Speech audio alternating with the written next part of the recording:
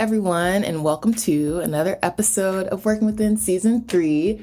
I'm not excited today. I feel like divine. I feel like I'm just catching all the opportunities as they come to me, and I'm very, very grateful to have our guest today, Christiane Pendarvis, on the podcast episode. We met through a mutual friend. Shout out to Jeff Livingston again. And Christiane is someone who is like very central to the disruption happening in the fashion industry. And that is because of her role with Savage X Fenty. I told her many times before that we started recording this episode that I would need to have a moment about that. And I've had many moments with her about it. This is someone who's seen each fashion show probably like 10 times at least. Someone who every time someone comes to their home makes them watch the fashion shows as well in order.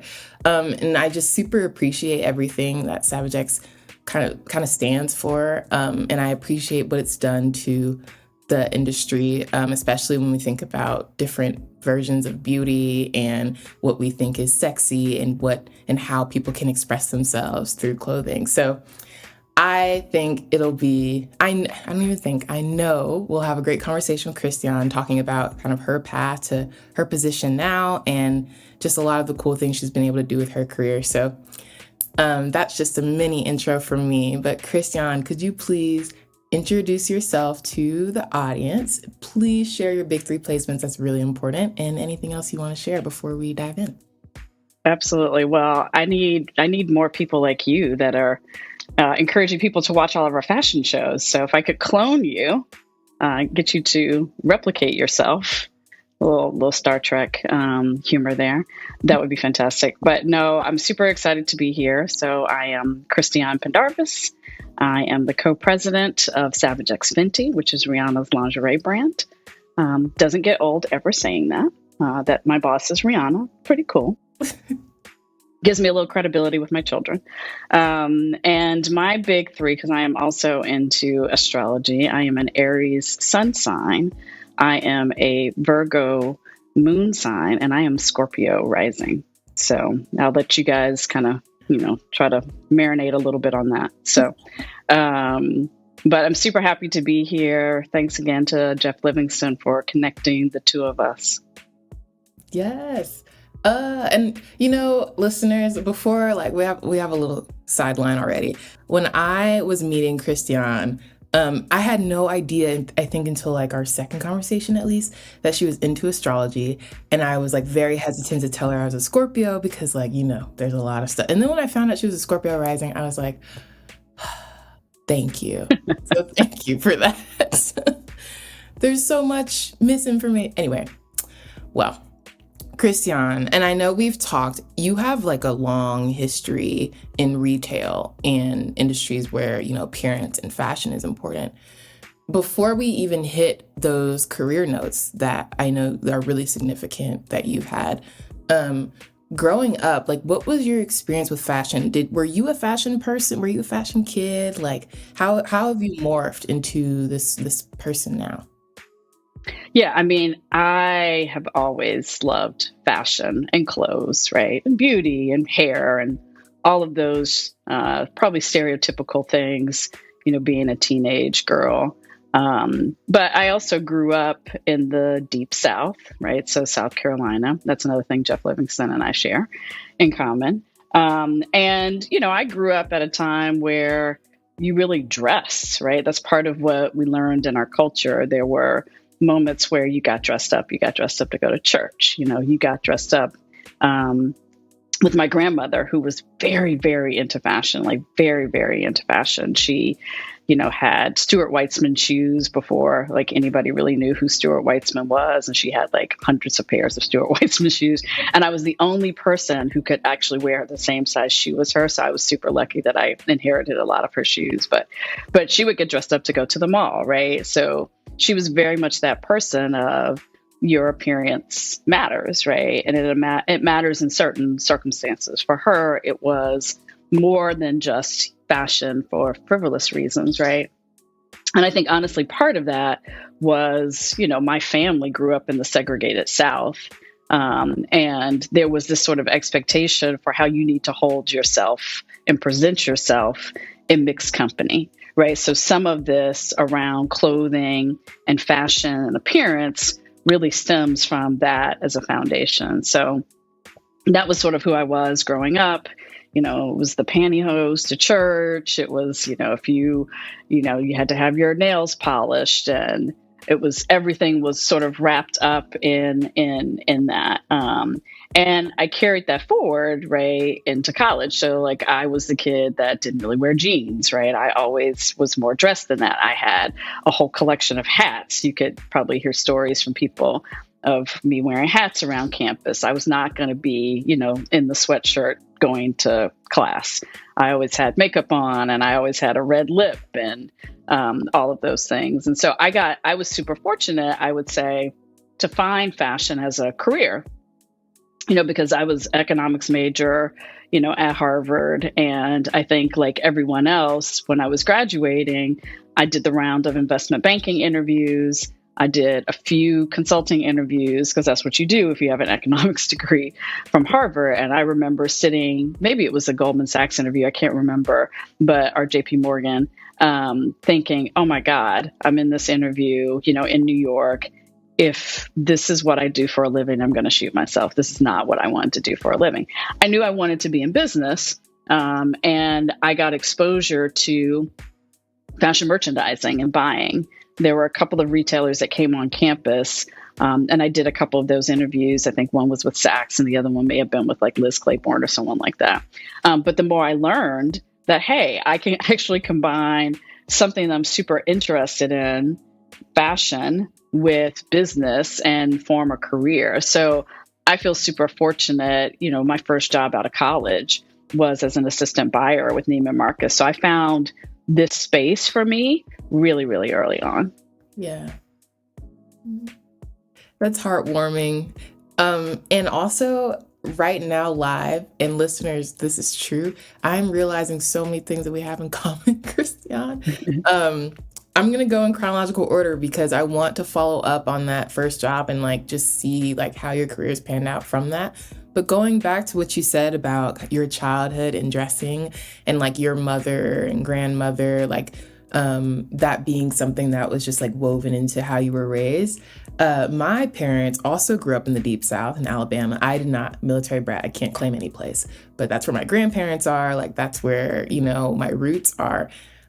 Clothing was also very important in my family because of the exact same reason, because of like humble beginnings, but also like this is a place where we are moving away from this place in Alabama, and like no one needs to know kind of like that's where we're from, and that just being like a really real tension that was alive in my life as we moved around the world. Like we can establish ourselves, and so appearance became very important in my family too, and especially in the military. That's also a whole other thing we can talk about, how rigid that is and why my parents hate my nose ring. But appearance is really, really important, and I think especially for Black families, as you mentioned, when segregated environments were new still, that's very important because there were so many things that we couldn't announce and stand, but what we're wearing carried a very important message. So I just wanted to kind of underscore that reality of the Black family, or what it can be. There's of course not one reality of a Black family.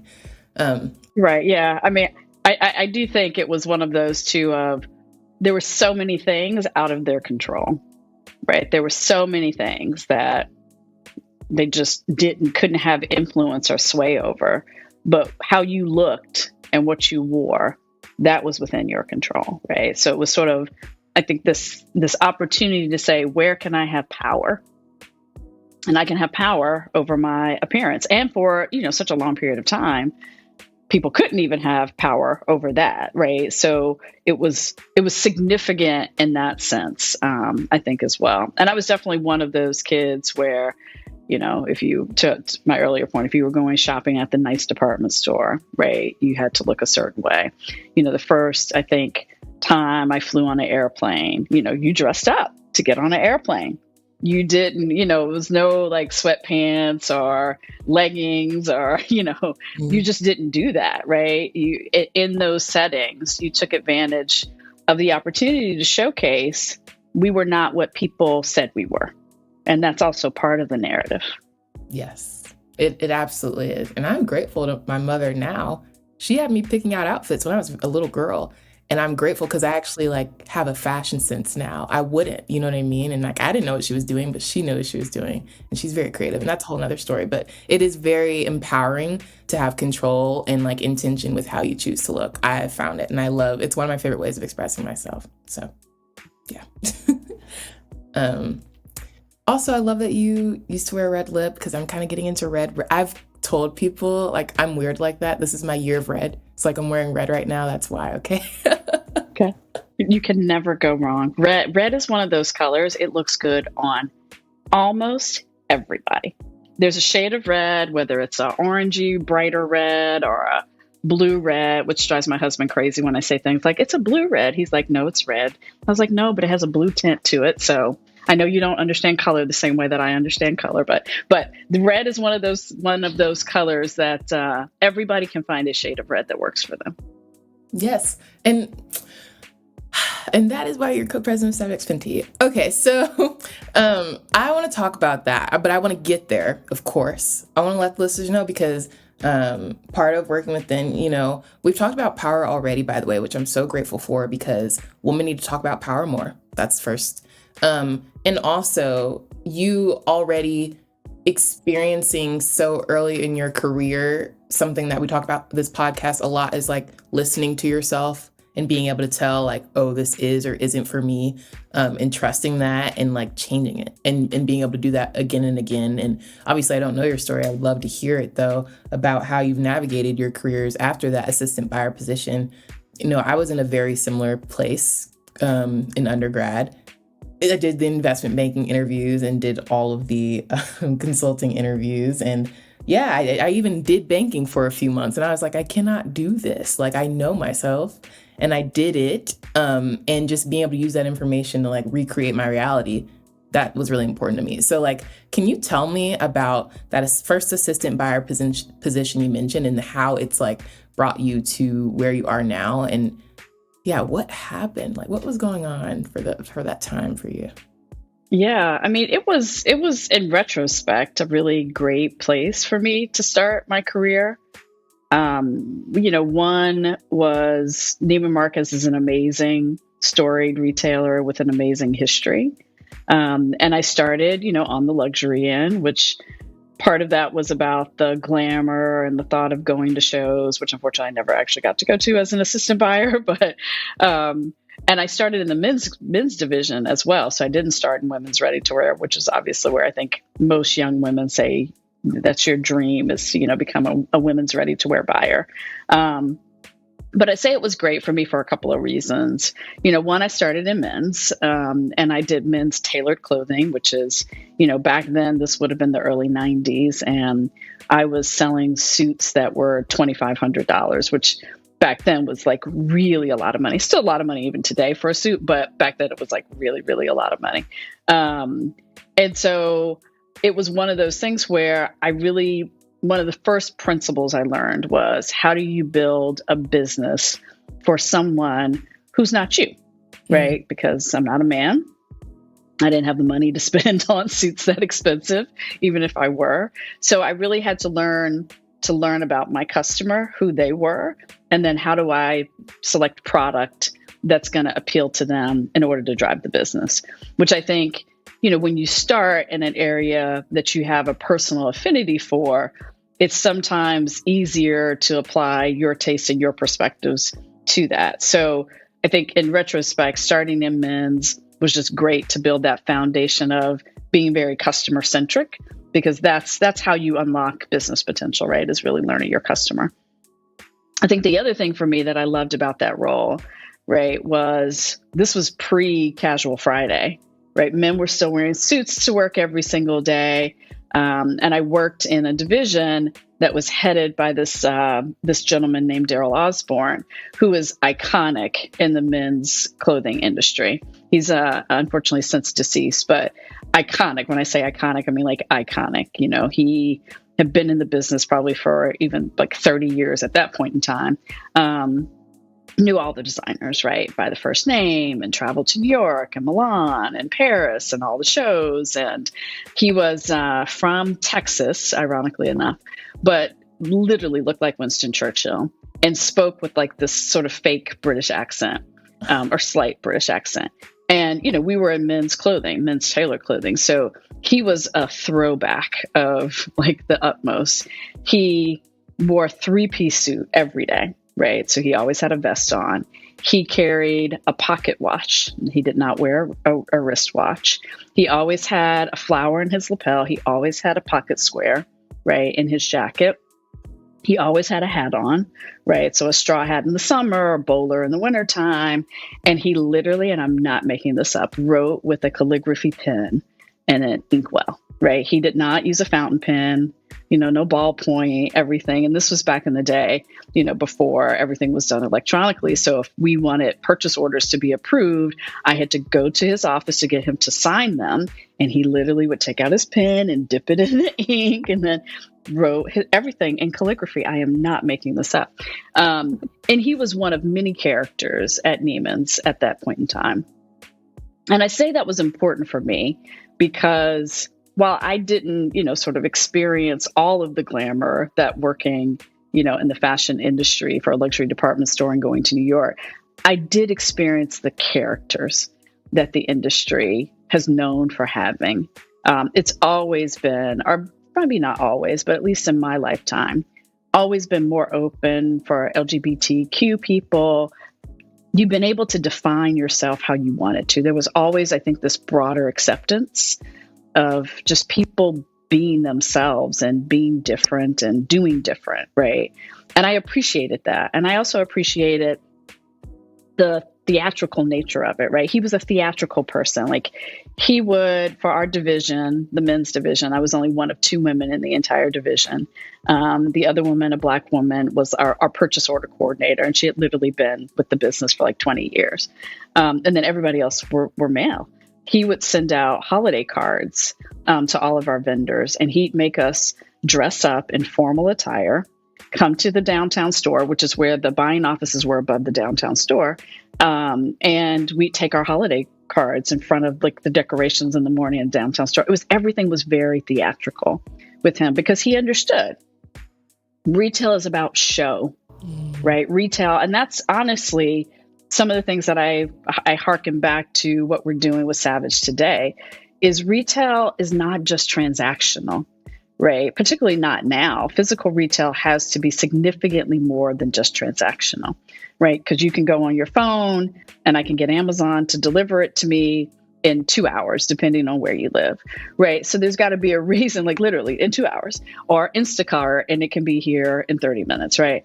There's got to be a reason for customers to come back into a physical store. And so this idea of experience, of theater, of transforming and transporting people into something that feels different and exciting, that's what retail has to harken back to. And that's some of what I've learned, like in those early days at Neiman's and working for Mr. Osborne, who I had to call Mr. Osborne. I did not call him by his first name. We all had to call him Mr. Osborne. Those were back in the days. So it was a very formative, I think, initial foray. But, it took a while for me to realize that ultimately retail is what I wanted to do. So I went back and got my MBA. And I got introduced to brand management. So I did an internship with Procter & Gamble between my first and second year, and then got a full-time offer and went back to P&G, which was a great company, an amazing company, great place to learn about brand building and marketing and advertising. But I realized then, after 2 years that I really missed retail, and retail was in my blood. And I remember when I was leaving Neiman's to go back to graduate school, Mr. Osborne said that to me. He was like, Christiane, retail is either in your blood or it's not, and you'll figure that out. And I did. I got the opportunity to figure that out. I was just touching my heart because I just so first of all, let me just backtrack a million times here. Memoirs are my favorite style of book. And so when I have people on this show who are just like explaining to me in like really well putting together a lot of experiences in their life that have put them in the place they are now. I think that's so valuable. As a younger girl, I was very eager to like figure out life. I still am, obviously. And like I'd just be like, tell me the answer. Like I just want to know now. Very like bossy, but not bossy because like I was just a self-assured little girl. But like so I just really value you being able to just tie like all the connections together for us. And yeah, retail is in your blood. So I wish he was here to see that because it's really awesome. Again, to fangirl about Savage X Fenty, I think it is so beautiful what that brand is doing in the world. And as you mentioned, like retail being about show and it being about performance and being a really welcoming space for expression, that makes it ultimately more important that like all forms of expression at least are celebrated because there are so many different types of people that are here that maybe felt unwelcome from fashion or from the image of beauty that I think Savage X Fenty is not trying to uphold. So let me not speak on your brand, but like that is my experience of it. And I'm just like super grateful that it is happening because, yeah, growing up, I grew up in Europe for a part of my life. You know, I was a Black girl in very white environments for a lot of my life. And a lot of what I saw drove like how I felt like I needed to express myself. So straight hair, graphic tees, and like things that weren't really me, and like being afraid of tattoo, being afraid of piercings, and just being able, like, I think it's just a perfect time in the world for us all to just like kind of release those like preconceived notions of what we think beauty is, and what we think expression is, and what we think fashion should be, to like redefine that. I think it's a perfect moment for Savage X to be opening stores and like doing all the cool things. So Absolutely, it is. I mean, I think it's an amazing time in fashion because as much as I think the industry has been welcome to certain parts of community, as I indicated, LGBTQ for a long time, it hasn't always been welcoming of Black folks. And I love the industry. And in some ways, if I have to compare it to others, I will say I found it to be more of a meritocracy, not 100%, but more, right? Because, you know, in retail, we get a report card every single day, right? And now as a direct-to-consumer retailer, I can go online and tell you what my sales were through, 30 minutes ago and know how that's comparing to, what I did the day before. So, and that's one of the things that I love about being in the industry is like the customer tells you every single day, how are they voting for you? Are they voting against you, right? And so if you're jazzed by that and you want to try to figure out, what can I do about it? Which is the other thing. I can then put something up later this afternoon on my site and change, what the experience looks like. So that was honestly when I did my brief stint at Procter. That was one of the things that I realized and learned, that I just missed the immediacy of retail, of that customer voting directly, right? Because at Procter, I worked on, like a packaging change. I was on Bounce Dryer Sheets was one of my brands. And it took like 9 months to change the font on the outside of the packaging. I was like, 9 months to change the font on the outside of the packaging? Like, come on, guys, that's crazy. So like to Mr. Osborne's credit, retail was in my blood, and I made a move back into retail. And it was interesting because, I had done 2 years of business school, 2 years at P&G. And, I started my career at Neiman's. And so I was like, okay, I'll go back into department store retailing. And so I reached out to the people at Neiman's and I talked to the people at Saks about jobs. And, everybody said, well, you're going to have to come back as like an assistant again.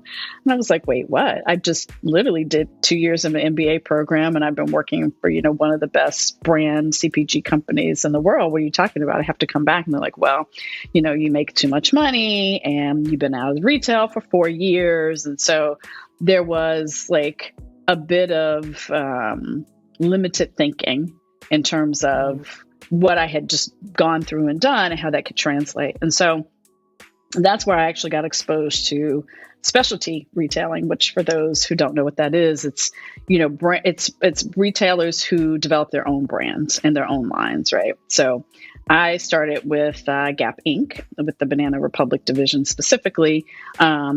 And that was, again, a whole nother like, awakening moment for me, because I learned about the role of a merchant, which is a little bit different than a buyer. as a buyer, we would go and we'd see Brioni's line or Zegna's line, and we'd buy product for the most part that they had developed, for the entire market. You might be able to get some exclusive product that you might work with them a little bit on. And there was a little bit of private label that was in the department that I was in at Neiman's, but not a lot.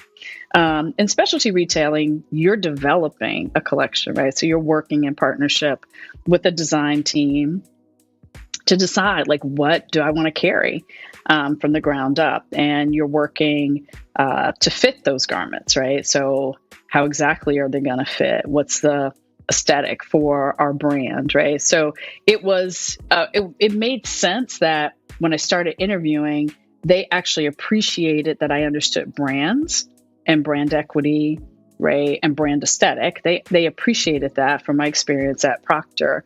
And so it was a nice combination of what I had done at Procter and then also my love of apparel and retailing, moving into that environment. So I essentially, for most of my career, have been in specialty sort of ever since. And I love, the little bit of art and science that is creating an assortment, because it really is that. You've got the scientific part of, what are the major categories of product or types of product that are going to drive the business. But then there's always the art of what's trending right now, what's relevant to my customer. And so that's one of the unique things I think about being, on the specialty side of the house. So I started at Banana. I started again in men's, moved over eventually into women's, and spent 3 or 4 years at Gap before I made a detour for personal reasons to move back to Texas, which is where my boyfriend at the time, who is now my husband, was living. And so we had been long distance for a couple of years. And it was like, hey, either you need to come here or I need to go there. And we ended up with me going back to Texas. And I tried to get, job back at some of the retailers there, apparel retailers. But the opportunity that presented itself for me was like a complete and total detour, but was going to go work for Radio Shack. Right, which completely and totally different. Not obviously in apparel, but still in retail. And I had a friend who was at Procter and Gamble with me, who had just recently joined them as a VP of marketing. And he said, "Listen, we're hiring for the first time outside of the company, because Radio Shack had been a solely promote from within company for a long time. So most of the people in the senior leadership team actually had started as sales associates in the stores and worked their way up." And he's like, and we're looking for someone who understands fashion, right, to run what they would consider their kind of fashion product categories. So I ran the toy business.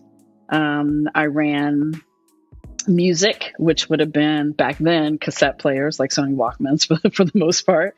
And this new thing that was called an MP3 player, like that was like brand new technology back then. That was just coming out. I did like keyboards and karaoke machines and health and wellness line for them. So it was like their more fashion oriented assortment, which meant that they delivered product once a year, like one new product once a year. Very different, obviously, than my background in fashion, but it was, different than the vast majority of their business, which the product had been there for, 5 or 7 years, even some of the products. So it was just a very different experience. Yeah. It was, again, another life lesson, all these moments along the way. Part of the reason I did it was for personal reasons and relocating back to Texas, but it was also a big jump in title for me. So it was the first time I had gotten a vice president title. I was running, a small kind of division, and that was enticing, right? Jumping that kind of level and getting a full team. I think, I probably had like 10, 12 people on my team or something like that. And so that was a big deal for me. And so I was like, yep, absolutely. Let's do this. Let's take this job. And part of what Radio Shack, which obviously doesn't even exist really today, was doing then was trying to evolve the brand, right? This is back when Circuit City, which also doesn't exist anymore, was trending better. Best Buy was a big category killer, in consumer electronics. And Radio Shack, which had been another story retailer, had been around for a long time, had lost market share, had lost relevancy. and was trying to figure out how to reinvent itself.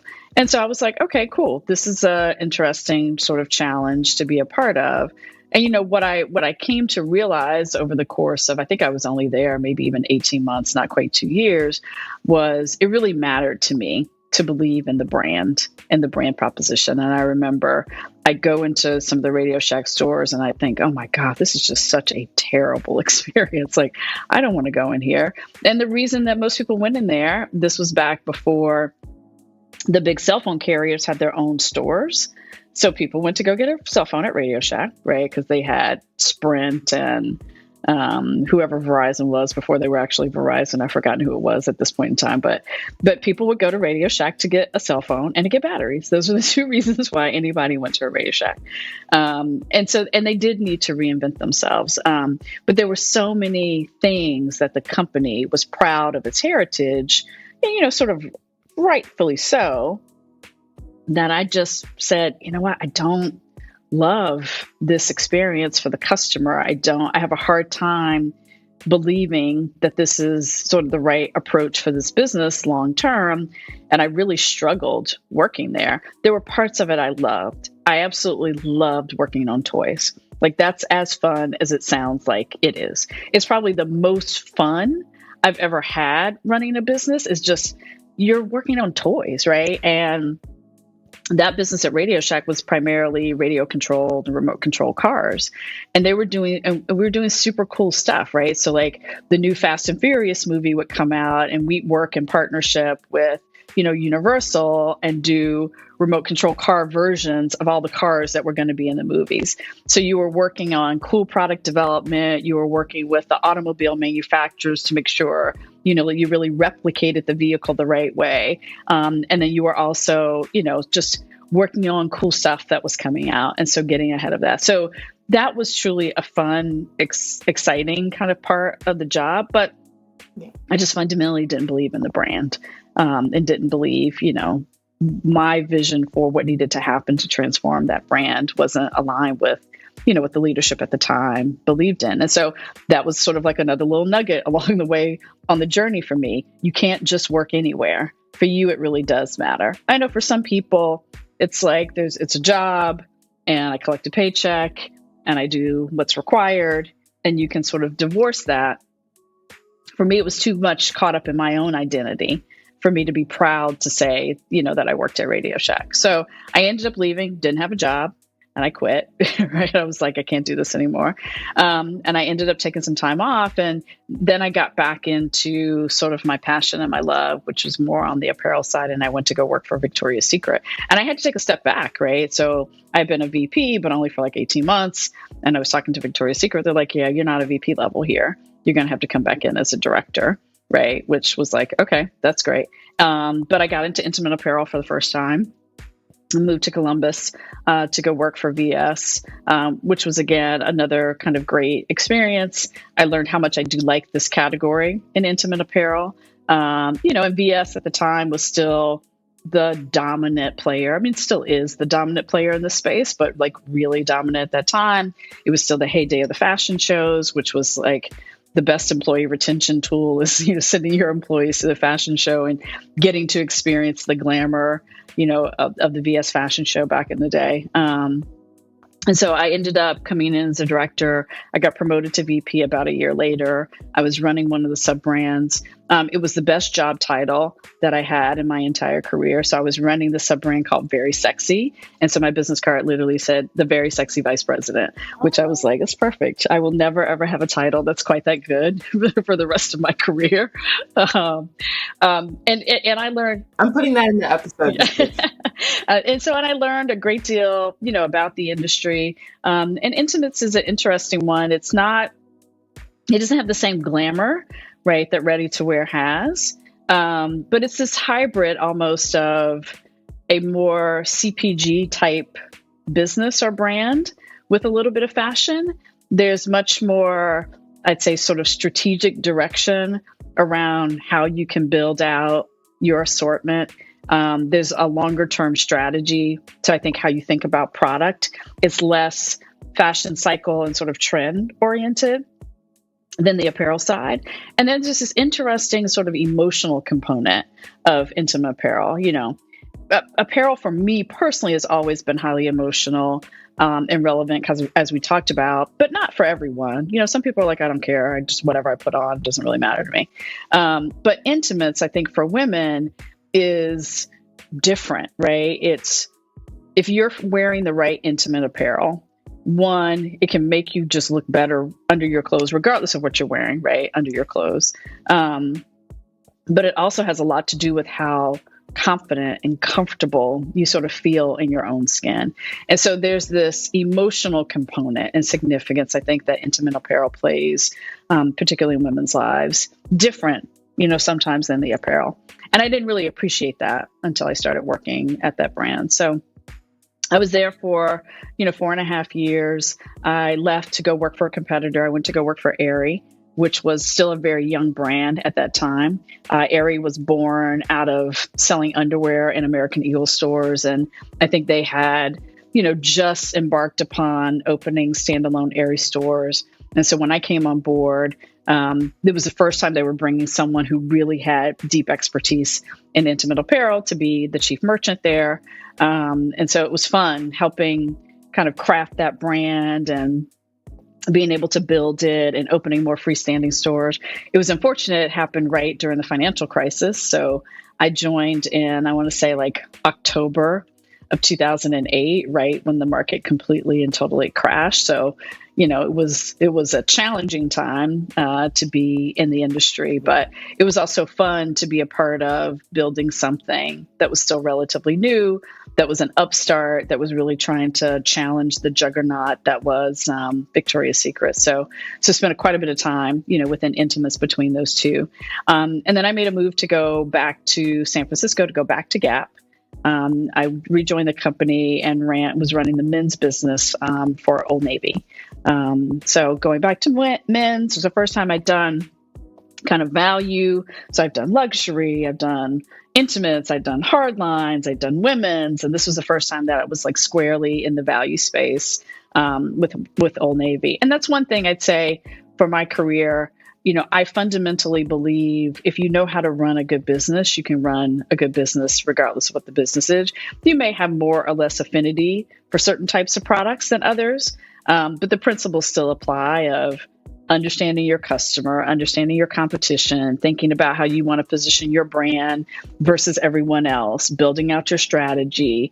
All of those fundamentals still apply across all the businesses. So I was running the men's business for maybe about 1.5 years, almost 2 years. I had my kids. I had twins back in 2013. And I took, an extended maternity leave. So I think I was out like five months, maybe almost 6 months. And they backfilled my job while I was gone on mat leave. So when I came back into the business, the job I had had previously was no longer there. And there actually wasn't a job open in the business running anything at that moment in time. So they just kind of like parked me doing some projects, strategy work. And I ended up, good fortune now, landing on this project that the CEO at the time was really championing. And it was about how do you change how Gap operates, right? As a global omni-channel retailer. At the time, every sort of market channel combination at Gap and the brands was a separate. So I ran the men's business for Old Navy, but I really ran the stores business in the US for Old Navy. I developed the global product line that serviced all markets and all channels. But in terms of what I was accountable for, I was really accountable for the US stores business, which was the lion's share of the business. But I had a counterpart that then ran the US online. The people who ran Canada were separate. At that time, Old Navy was moving into Asia. So there was a separate international division, right? So all these divisions were separate and everybody would buy product separately, right? So I might be going after, a certain strategy for the US stores. The US online business could be going after something completely different, right? Yeah. Customer doesn't think about them as being different, but the approaches across the different channels could be different. So that was inefficient, right? And I think the CEO at the time recognized that was inefficient, and he created a project to say, you guys have to relook at this. You have to relook at, how these businesses are operating. So I was sort of like an internal consultant, looking at how things were operating, studying the market, studying what other retailers were doing. And it was fun. Like, it was fun to kind of step out of the business, no longer be on the treadmill, the rat race. I wasn't looking at numbers every single day, right, to see how I had done the day before. And it was the first time I think I had really been out and had an opportunity to assess what was going on in the market. And so that was sort of the bug for me that started this journey into direct to consumer. I was working with a lot of people that had worked on the direct to consumer business, the people on the tech side, right? So data scientists and analysts. I was working with product management teams. I was working with developers and engineers really for the first time, as we were thinking about the model of how Gap needed to operate, and then what were also the systems and tools that they needed to sort of transform how the company was operating. And so it was during that time frame that I realized, like, hey, I really do want to get into direct to consumer. Like, there's this whole thing that's happening, and I have zero experience in that, and I feel like is something that I should learn about, right? When I was running the men's business, it was $1 billion business at Old Navy. I think it was like the 4th or 5th largest business in the entire company. And I didn't even know Gap had data scientists, right? And people who could do predictive analytics and those types of things. Like, it was so bifurcated and separated that I just didn't have that exposure. And so I ended up leaving Gap to go work for a startup in San Francisco called Minted, which you guys have probably received either holiday cards or wedding invitations from Minted. And I had zero direct to consumer experience. So obviously they couldn't bring me in running the business. So I came in an operational role. But it was one of those things where I felt like I really needed to learn from the ground up. And I needed to learn it from a digitally native brand, like the ins and outs. And I remember sitting in my first Monday sales meeting, and they were talking about SEO and SEM and the shopping funnel and all this sort of stuff. And I was like, what language are they speaking? Is this like a retail business? I just don't, It was so foreign to me. It was like Greek. I didn't understand any of what they were talking about. But I did 2 years there, eventually took over merchandising for them as well. I became more ingrained in the business, but it was a great opportunity for me to really learn the ins and outs of this business, and then have moved back into apparel. And that ultimately is what led me to my role with Savage, which is an interesting culmination of a lot of what I've done in terms of merchandising and product development, time in intimates, and then time in the direct to consumer space. All of those things kind of came together in the role that I currently have with Savage. Destined, divine. Didn't know that at the time, but it tells a good story now, right? In retrospect, it has actually built to that moment. Not that I could have predicted that this is where it could have built to, but it definitely, all those building blocks were there leading up for me for this moment. Yeah, and you listening to yourself, you putting yourself in uncomfortable situations, especially at Minted. I can imagine. I've been in rooms where there's just so much industry jargon, and you're like, okay, I know you all know what's happening, but please let me know. I don't know what that means. And so just being comfortable doing that and knowing and having enough of the, inner fortitude to just know that that's something you wanted to learn about, and it's something you're passionate about, and you're willing to do that for the sake of the businesses that you like to build.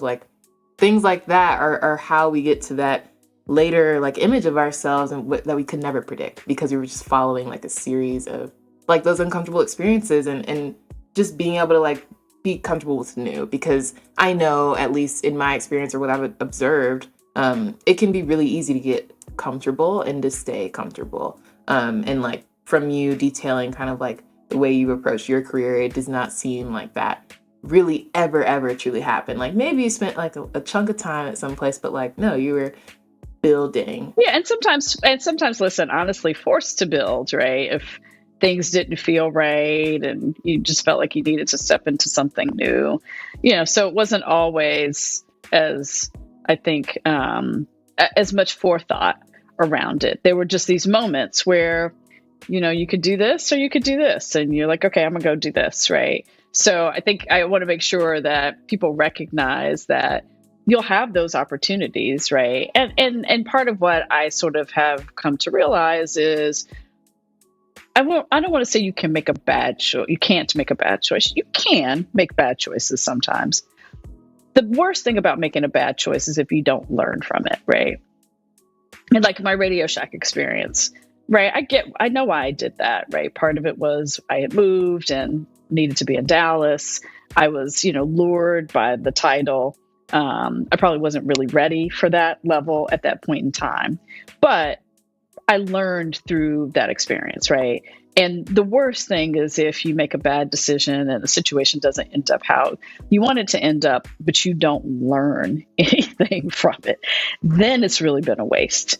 It's never a waste if you don't learn from it, right? If you learn something, there's a nugget that's going to influence how you're going to respond and behave in the future differently, then it wasn't a waste, right? So, but that's on you to make sure that you sort of hindsight what happened, why it worked or didn't work, what drove your decision making, what, that maybe was off so that you don't make the same decision again the next time. That's the power and the value. And along the way, I've learned tremendously. And I know, like, I can sit here 100% confident and say, I am significantly better in this job today because of all those things that I've learned, right? When I was at Aerie, in that chief merchant role, I was great when it came to managing sort of my universe and my team.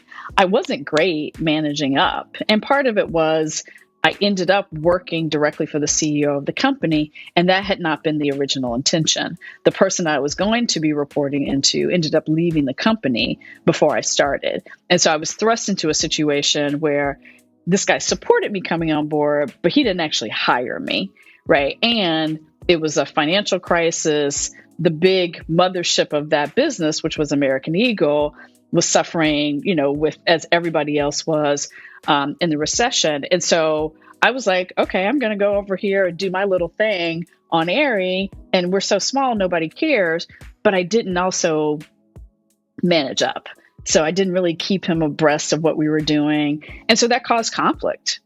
Like later on, when he wants to dig in and it's like, well, why did you do this? And I didn't know you guys were doing this and X, Y, and Z. And so I learned through that experience, like as great as I felt like things were with my team and how we were growing the business and what we were accomplishing, the people above me didn't have that same perspective because they didn't have the same insight because I hadn't involved them in it. So again, I think every place along the journey, there have been bits and pieces that I have taken and learned. And so as I sit here today in the role that I'm in, I'm infinitely more capable, have been more successful because of all of those moments. But you have to take the time to say, what happened here? What could I have done differently to drive a different end result? And then what am I going to do differently in the future, right? Which is a principle that you sort of learn about managing a retail business. You learn that over and over again. I have taken that muscle and said I have to apply that to my own personal journey and my own career so that as I step into new opportunities, I feel like I'm the best version of myself to take on that new opportunity. And it sounds like accountability, like personal accountability has been really important because you're like, okay, if I didn't do it here, I want to do it here. And that's really important for like self-awareness. That's important for leadership. That's just really important. So thank you for like bringing us there.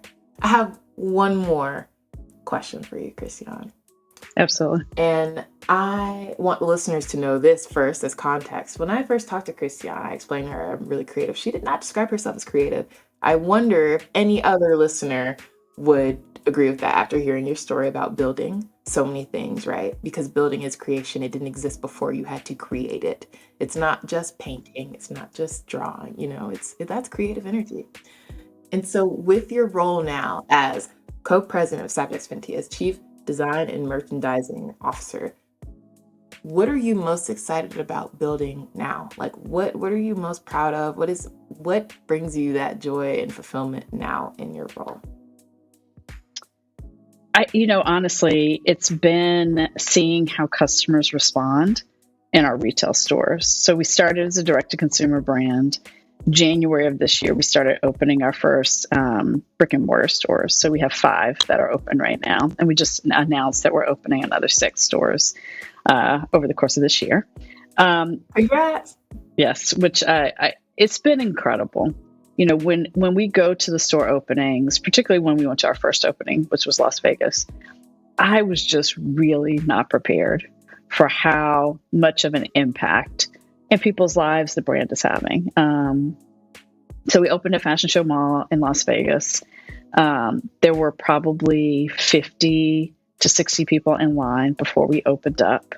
Right. I mean, just thrilled. And as soon as we opened the door, there's cheering and screaming, and everybody's walking in the store with their phone and videotaping. And it was such a party atmosphere. People were so excited about coming to our store opening. And that's been kind of the formula that's been repeated for the vast majority. There's always a line of people. People are just excited to be in the space and to see it and to support our brand. And what I'm always sort of moved by is what you acknowledged earlier and talked about our brand, that we recognize people who've not been seen and showcased in this industry. And that matters a lot to people. We've literally had people in our store in tears, talking about, I'm a big girl, or I'm curvy. And when they see, our mannequins are done off of real people's bodies, right? And they're not all, a perfect size 4. So we're showing real bodies in our forums. We're showing real bodies in our marketing imagery. And we're saying, you are sexy and you are beautiful and you are badass and you deserve to be showcased just like anyone else, right? Whether you're, have a sleeve tattoo, a nose ring, vitiligo, like whatever it is, the full complement, of what diversity means. We have a little person brand ambassador. We have people who are, amputees. You name it. And we kind of are showcasing, all these distinct and different people and saying, you too can be as sexy and provocative and sensual as you want. Like it's yours to define for yourself.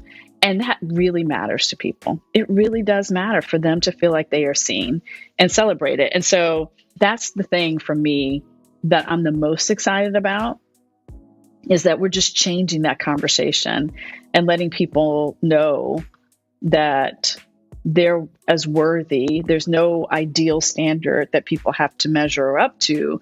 And you should feel good about yourself because you are you on your own terms. And so, growing the business is great.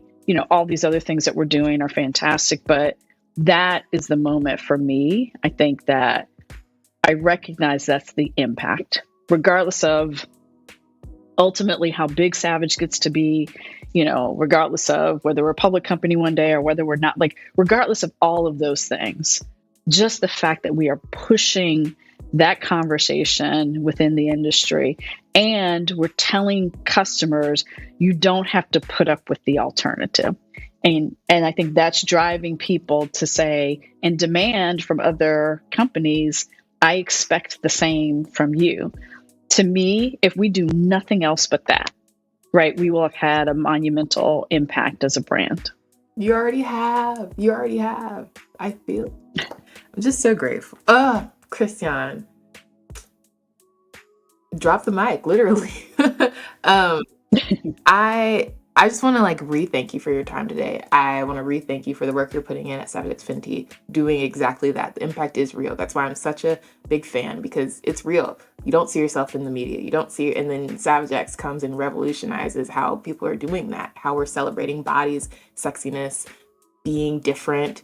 It's beautiful to see. And I can't wait to see what other things it inspired. And in fact, I feel like it just aligns with a lot of what we're trying to do on the show. So that's why it's ultimately even more awesome that you're here talking to us. So thank you for that. I don't have anything else for you. I just want to know where can listeners look to learn more about you, kind of follow along, things you post? Like, where is the best place for that? Ooh, that's a good question. I am really bad about that. Probably LinkedIn is the place that I'm most consistently putting anything up. But if you try to follow me on Instagram, you'll be like, I'm really sad and disappointed because she's super boring and she maybe posts something once every 2 months. So Mm-hmm. everybody has their opportunities. Social media, not my strong suit on my personal side. So I'd say maybe LinkedIn. You can find more on LinkedIn. I did do a talks at Goldman Sachs, which you can search on YouTube for that if you just search my name. And that's actually a really good piece because it's more about kind of me personally and some background about my family. But between LinkedIn probably is the safest bet. Okay, cool. Another opportunity. Yes. Hey, you're building. Okay. So I will make sure that folks can access those in the episode description. Christiane, it's been awesome to hear about your journey. It's been awesome to hear about how you like approach the world, how you've been building. I'm building. I want to build. I want to learn from you. So I'll keep bothering you. But no, thank you so much for your time today. And listeners, I hope you're feeling inspired as well. Because it's just awesome to have her on the show. So Awesome. Thank you for having me.